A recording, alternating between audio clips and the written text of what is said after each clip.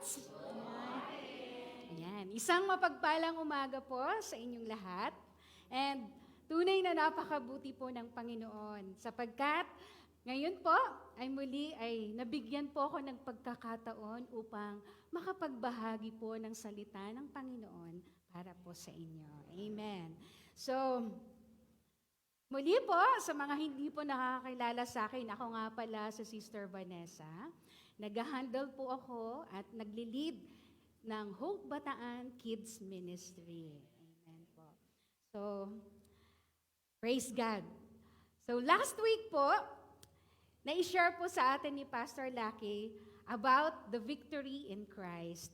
So, tayo po ay matagumpay na sa pamamagitan ni Jesucristo kung tayo ay mananatiling tapat sa pamumuhay na kasama siya. Amen? Amen. So at dahil Marso na po ngayon, at nalalapit na po ang mahal na araw o Holy Week, so alam naman natin na ito po yung panahon ng pag-alala natin sa pagpapapako kay Jesus Christ. So, before po ako magbahagi, let us bow our heads po muna. Let us pray. Hallelujah, hallelujah God, hallelujah.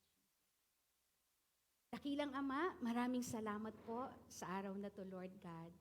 Salamat, Panginoon, sa iyong kadakilaan, O Lord Jesus, at kabutihan, Panginoon. Na Lord, ikaw po ay tunay na naririto sa aming lahat. Lord, itinataas ko po sa iyo, Panginoon.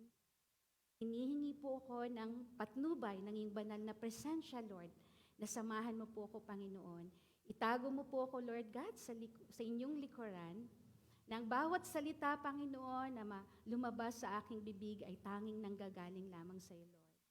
Lord, buksan mo rin po, Panginoon, ang puso ng bawat kapatid kong naririto, Lord God, at buksan ang kanilang mga spiritual na pandinig, Lord God, na sila, Panginoon, ay makapakinig at maunawaan, Lord God, ang mahalagang balita na aming maririnig sa araw na to. Lord, sa iyo na po namin pinagkakatiwala ang katagumpayan ng aming gawain.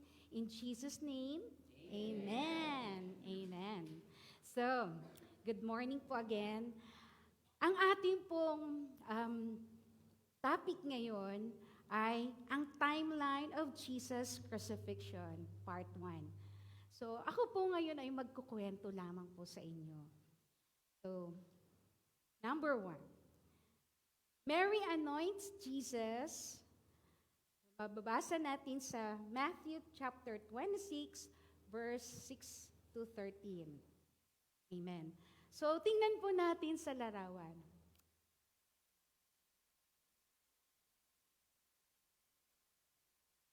Amen.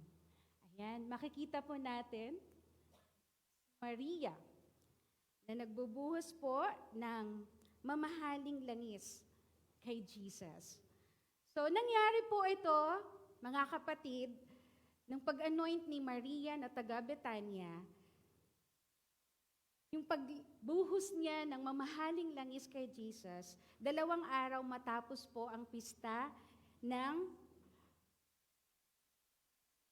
lampas ng anghel. Paglampas ng anghel. Sa bahay ni Simon the leper, na isa sa may malubhang sakit noon sa balat na napagaling ni Jesus. Malalaman po natin na dati, di ba po, ginagawa ni Jesus yung kanyang pangangaral ng mga salita at mga pagpapagaling at maging paggawa ng mga miracles sa Betania. So dito po, sa bahay ni Simon, dumating si Maria na taga Betania. Siya po yung nagbuhos nga ng mamahaling langis kay Jesus. Na ang mamahaling langis na yun po ay katumbas ng isang taong sahod o sweldo na normal na nagtatrabaho ng panahon na yun. So, imagine po, nakita po natin yung act of love ni Mary kay Papa Jesus.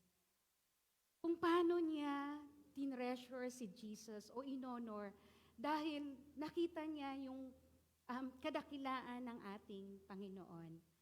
So, di ba nilaan niya po yung kanyang, bumili siya ng ganyang mamahaling langis na yon para lamang ihandog sa ating Panginoong Hesus. Amen po. So, sa ganitong paraan din po, ipinakita ni Maria na yung kanyang paglilingkod na tapat kay Jesus. We see po kung yung pagkakaroon niya ng selfless love na kaya niyang handugan si Jesus nitong mamahaling pabango dahil siya ay karapat-dapat at alam niya na ang Panginoong Jesus ay ang ating Mesaya, ang Diyos na ating tagapagligtas. Nabanggit din po dito sa verse, basahin po natin sa Mateo 26 verse 12. Binuhusan niya ako ng pabango para ihanda ang aking katawan sa libing. So, nabanggit po ni Jesus sa kanyang mga lingkod na inihahanda na ni Maria ang kanyang katawan dahil siya ay hindi na matagal na makakasama ng mga ito. Dahil alam ni Jesus na mangyayari nga sa kanya ang pagkakanulo at balak na pagpatay ng mga Hudyo. So church, tayo po kaya, can we be like Mary to be selfless? Na kaya pong mag-sacrifice o gawin ang lahat para kay Jesus. So, dito po natin pagnilay-nilayan kung gaano si Mary may pusong busilak na kaya niyang gawin ang lahat para sa ating Panginoon. After po ni Maria, meron po din isa tayong Bible character, si Judas Iscariote. Ito po ay isa sa 12 tagasunod ni Jesus na kasama po ni Jesus sa Betania. So basahin po natin sa Matthew 26, verse 14 to 16. Si Judas Iscariote na isa sa 12 tagasunod ay pumunta sa mga namamahalang pari. Sinabi niya sa kanila, ano po ang bebayad niyo sa akin kung tutulungan?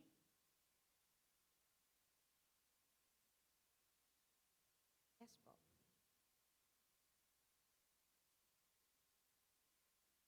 Sinabi niya sa kanila, ano po ang ibabayad ninyo sa akin kung tutulungan ko kayong madakip si Jesus? Noon din ay binigyan nila si Judas ng 30 pirasong pilak. Kaya noon, humanap na si Judas ng pagkakataon upang traidorin si Jesus. So, si Judas Iscariote po, na isa sa mga tagasunod ni Jesus, ang siyang nagkanulo, nagtraidor at nakipagkasundo sa mga namamahalang pari. Kung paano mahuhuli si Jesus at ang kapalit nito ay yung kabayaran na 30 pirasong pilak.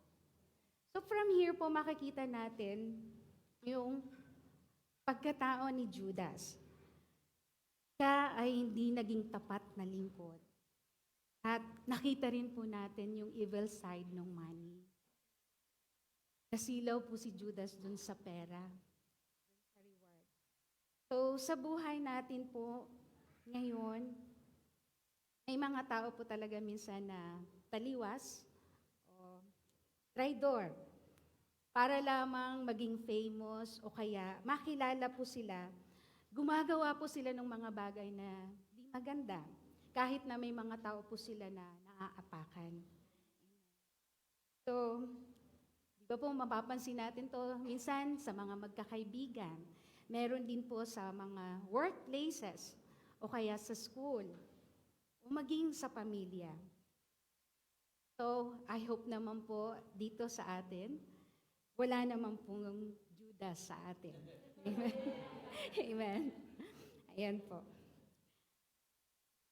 Tayo po ay tunay na mananampalataya ni Jesus. Kaya naman po, dapat na maging totoo po tayo. Mahalin po natin ang ating kapwa at magmalasakitan po ang bawat isa. Iwasan po natin yung pagkukwentuhan ng mga bagay na wala namang pong katotohanan.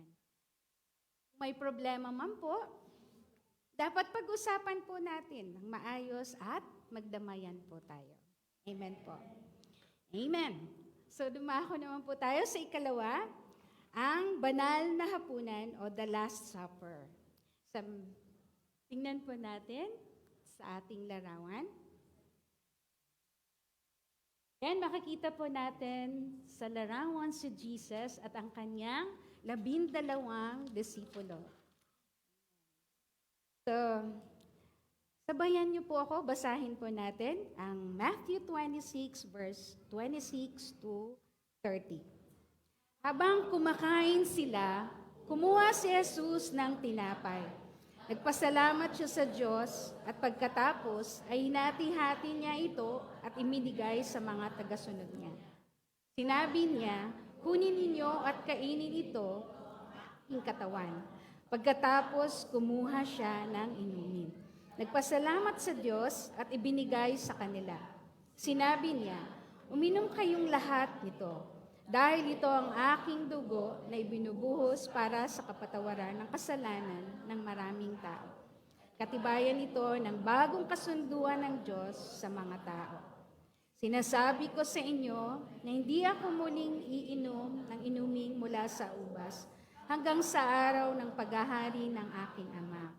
At sa araw na iyon ay iinom ako ng bagong klase ng inumin kasama ninyo sa kaharian ng aking Ama. Mawit sila ng papuri sa Diyos at pagkatapos ay pumunta sa bundok ng mga olivo. Amen. So dito po, nagkasama-sama si Jesus at ang kanyang 12 tagasunod para sa huling araw. So, sila po ay nag-share po ng tinapay. Dito po, sinabi ni Jesus na ang tinapay na sumisimbolo sa kanyang katawan, siyang hinati-hati, na siyang pinalo, hinampas, para lamang po tayo ay maligtas. At yung dugo naman na kanilang ininom ay sumisimbolo sa dugong dumanak na sinacrifice ni Lord para tayong lahat ay maging malaya sa ating kasalanan. Dito niya rin po nasabi sa kanyang mga tagasunod na nalalapit na po ang kanyang huling araw. Nabanggit niya din na habang kumakain sila ng hapunan, sinabi ni Jesus na isa sa kanyang mga tagasunod ay may magkakanulo sa kanya. Kaya nagbulong-bulungan po yung mga kanyang tagasunod at nagtanong sa kanya. Basahin po natin sa Mateo chapter 26 verses 23 to 25. Balikan po natin.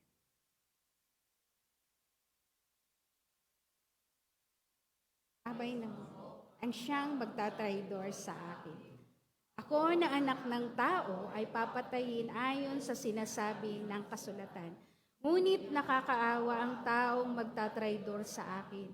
Mabuti pang hindi na siya ipinanganak. Nagtanong si Judas na siyang magtatraidor sa kanya. Guro, ako po ba yon? Sumagot si Jesus, ikaw na ang nagsabi. Ano po ba ang gustong iparating sa atin ni Lord dito? Wala po tayong maitatago sa ating Panginoon. Every details of our life, yung in and out po natin, alam po ng Panginoon. So, siya rin po ang nag-i-expose ng mga darkness ng buhay natin. Iba po, kaya wala talaga tayong maitatago sa ating Panginoon. So reality speaks po, Kagaya po, example na lang po, nung nagkaroon po tayo ng ah, prayer and fast, 21 days ng prayer and fast. Um, God exposes a lot of darkness sa mga buhay, yung personal, and even sa mga miyembro po natin. Ito po, ini-expose po ni Lord yung mga bagay na to kasi nais niya na ito ay makorek. Nais niya po na ma-improve pa natin yung mga bagay at ma-develop pa po natin. Amen po. Amen. Yun po, yung character. Dahil kalooban ng Diyos, gusto niya na tayong mga anak niya ay mamuhay ng matuwid. Matuwid at tapat na sumusunod sa kanyang kalooban. Amen po. Amen po. So, may naalala lang po kung pangyayari din po sa leadership dati po natin. God has been exposed this event or ito pong pangyayari na tumutukoy po sa integrity naman po and honor sa ating highest leader.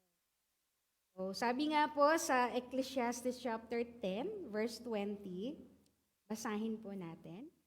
Do not curse the king even in your thoughts, or curse the rich even in your bedroom. For a bird of the air may carry your words, and a winged creature may report your speech. So wala po talagang maitatago kay Lord.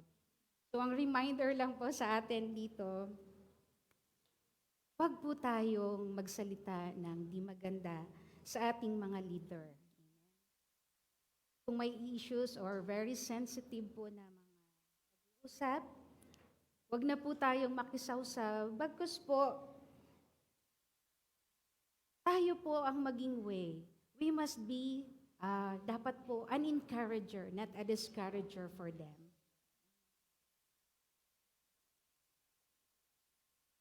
And aside from this, God, hindi lang ini-expose yung darkness ng buhay natin. Nire-reveal niya rin po yung mga new things na gusto ni Lord para sa ating lahat. So, kaya niya po ito nais na ipakita sa atin kasi nais niya na magkaroon po ng significance yung cross sa buhay natin. Mabigyan po ng halaga yung pagsasakripisyong ginawa ng ating Panginoon sa krus ng Kalbaryo. Amen po. Ibahagi ko din po sa inyo si Pedro, isa sa mga lingkod din po ng Panginoon. So, basahin po natin sa Mateo chapter 26, verse 33 to 35. Sinabi ni Pedro kay Jesus, kahit iwanan kayo ng lahat, hindi ko po kayo iiwan.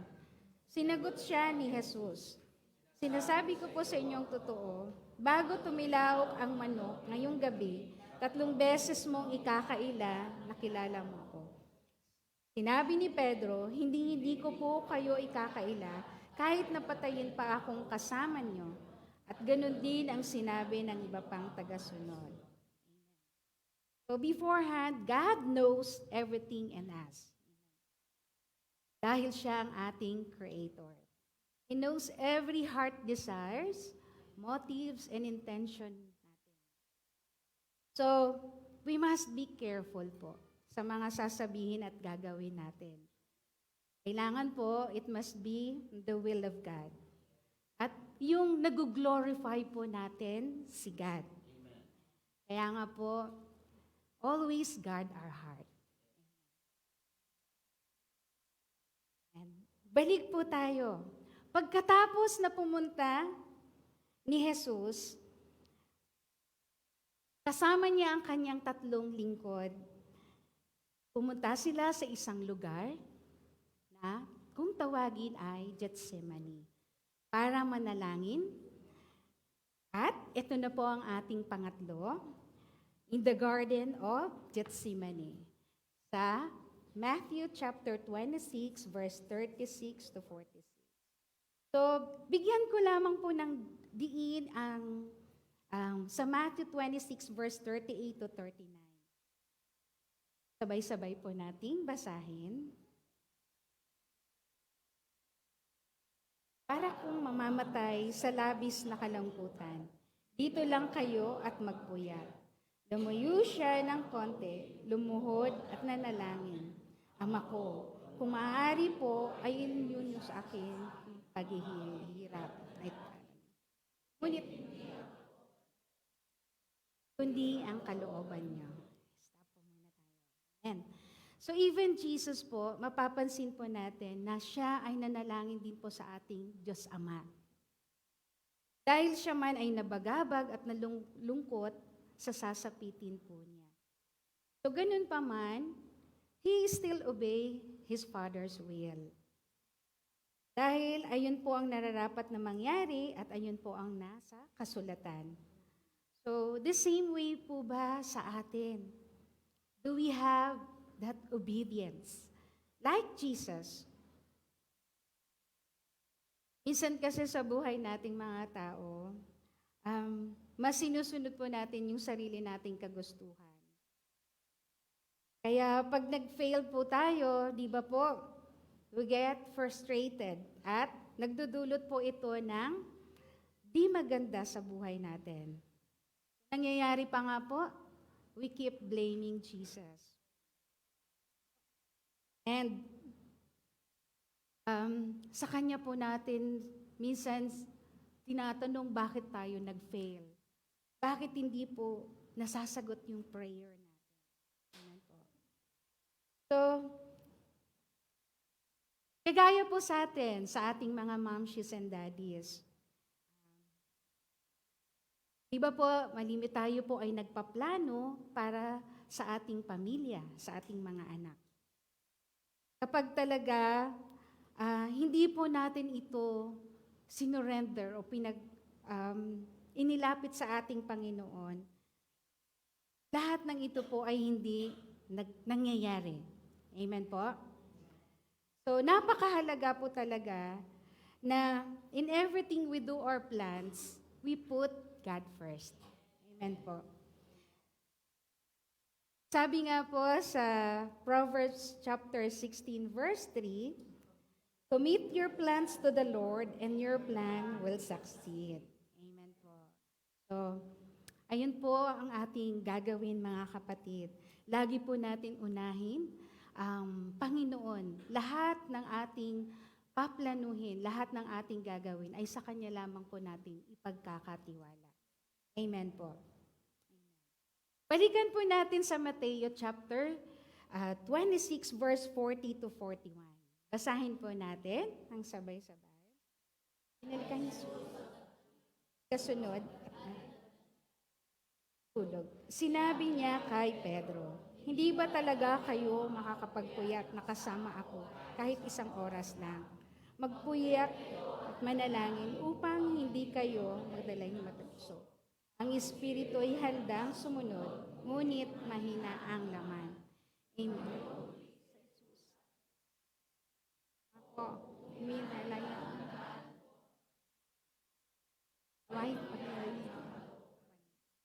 Amen. So,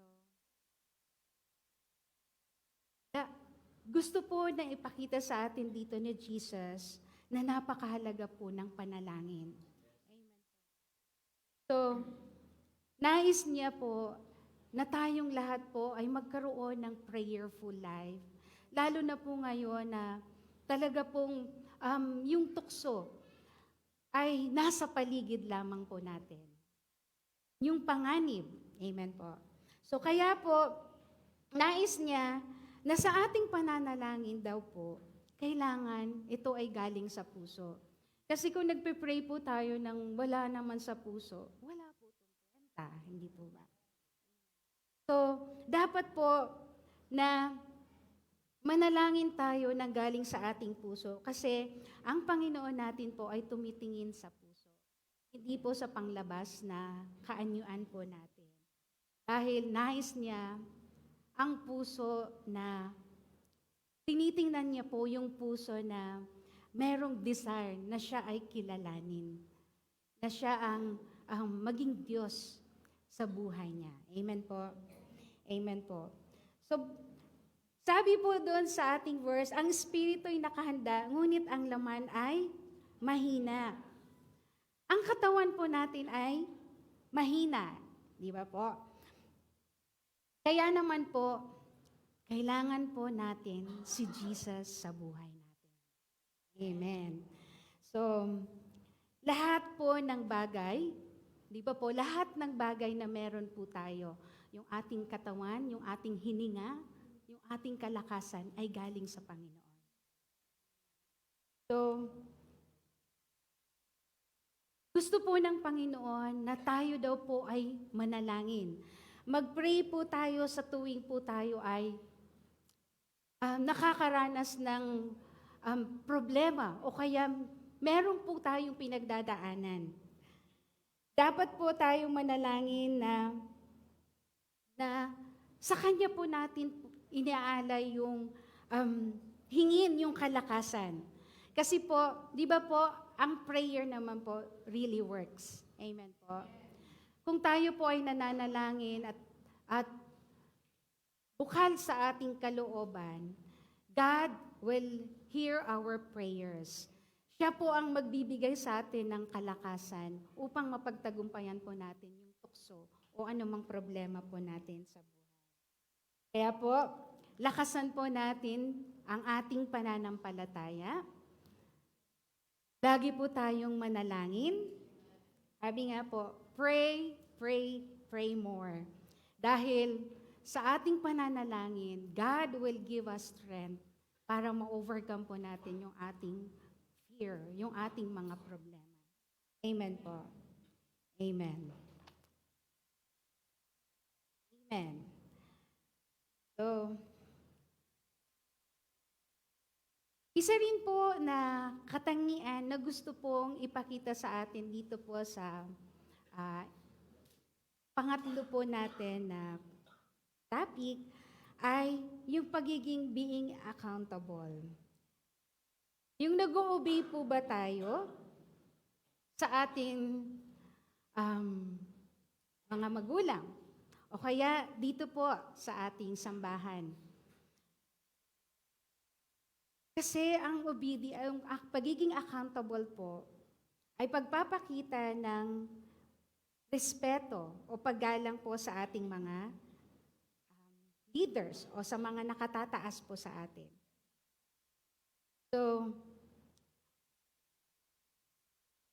sabi nga po, di ba, kung tayo daw po ay tapat na mananampalataya at nagsumusunod sa ating Panginoon, ang result po nito ay katagumpayan. Amen po. Amen po. So, patuloy po tayo na magkaroon ng matibay na pananampalataya sa ating Panginoon at sundin po natin ang kalooban niya dahil ang Diyos na po ang magbibigay sa atin ng katagumpayan. Amen po. Amen. Dumako naman po tayo ngayon sa ika-4 na bahagi po. Jesus is betrayed and arrested. Tingnan po natin sa ating larawan. Ayan. Nakita po natin dito sa unang larawan si Jesus. Nilapitan po siya ni Judas. So, bago po yan, sabay-sabay po muna nating basahin sa Matthew chapter 26, verse 47 to 56 po. Nagsalita pa si Jesus nang dumating si Judas na isa sa 12 tagasunod. Marami siyang kasama na armado na mga taga-espada at pamalo. Isinugo sila ng mga namamahalang pari at ng mga pinuno ng Hudyo. Ganito ang palatandaan na binigay ni traidor na si Judas. Ang babatiin ko sa pamamagitan ng isang halik ng ipakay niyo. Takpin niyo siya. Lumapit si Judas kay Jesus at bumati. Magandang gabi sa iyo, Guro, at hinalikan siya.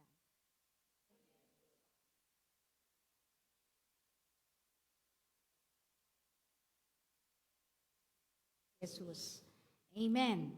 So, Makikita po natin, balik po natin sa larawan. Makikita po natin sa larawan na ito po yung naging kaganapan nung sinabi ni Jesus sa Matthew 26 verse 24, yung pagtatraidor o pagkakanulo ni Judas Iscariote sa mga tao po. Pansinin po natin yung action ni Judas. Makikita po natin dito yung halik ni Judas.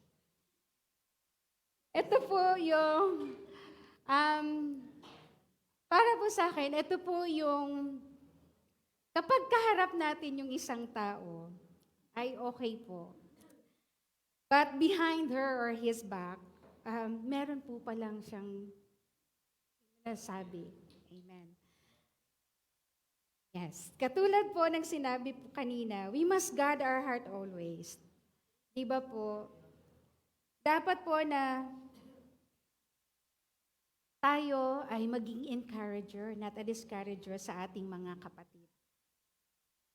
Kung nakikita po natin yung kapatid natin na merong pinagdadaanan, or they are broken, kailangan po i-lift natin yung kanilang spirit, i-lift natin yung kanilang mga puso. Pakita natin po yung pagmamahal natin, yung pag-care natin sa kanila.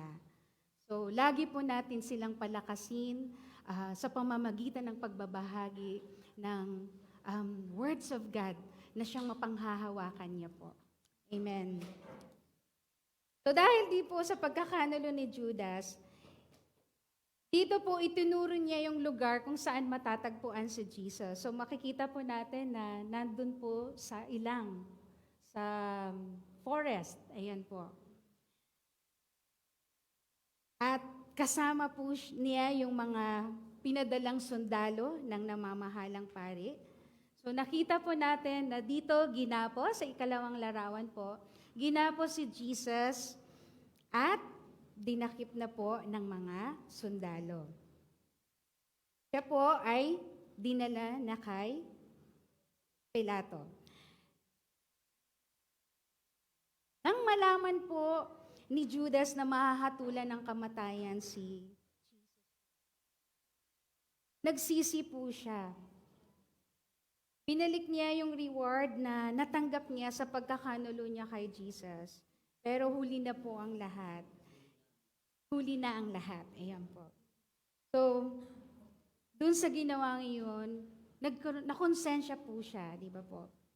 Dahil hindi niya matanggap yung kasasapitan ni Jesus Christ.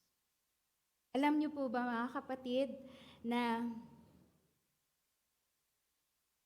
dahil hindi niya matanggap na si Jesus, ganito yung mangyayari kay Jesus na isang mabuting tao at walang bahid na kasalanan, ay papatayin. Ang nangyari po, dahil hindi na niya kaya yung kanyang konsensya, siya po ay nagbigti. So in this point of view po, wag po tayong maging kagaya ni Judas, na pinagpalit ang panandalian pong kasiyahan o yung karangian, yung pera.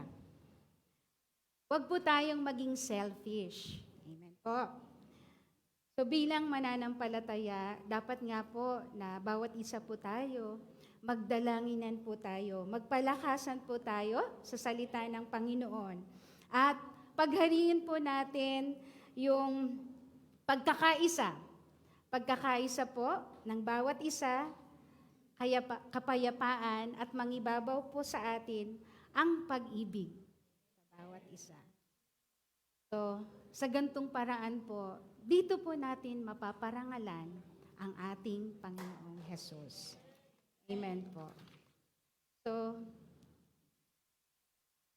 dito po natin makikita yung pagkasunod-sunod ng mga pangyayari before po si Jesus i-crucify. Nakita din po natin yung mga pag-uugali ng bawat character kanina na meron po tayong mapupulot na aral. At dapat nating isaalang-alang at maisapamuhay, lalo ngayon pong papalapit na Holy Week. Church, paghariin po natin sa ating puso ang pagiging selfless and servant, yes po, selfless and servanthood heart ni Mary. I-build din po natin sa ating puso yung pagkakaroon ng integrity. Maging totoo po tayo lagi. At yung pagkakaroon po ng prayerful life na napakahalaga po na pananggalang natin para malabanan natin ang bawat tukso. And to practice loyalty. So, amen po. Dapat po na i-adapt po natin at isapamuhay yung pamumuhay na matuwid na si Jesus ang ating kinikilala bilang Diyos. Dahil ang kalooban niya ay mamuhay tayo ng matuwid, mamuhay tayong mapayapa at siya ay patuloy na mananatili sa atin kung tayo ay susunod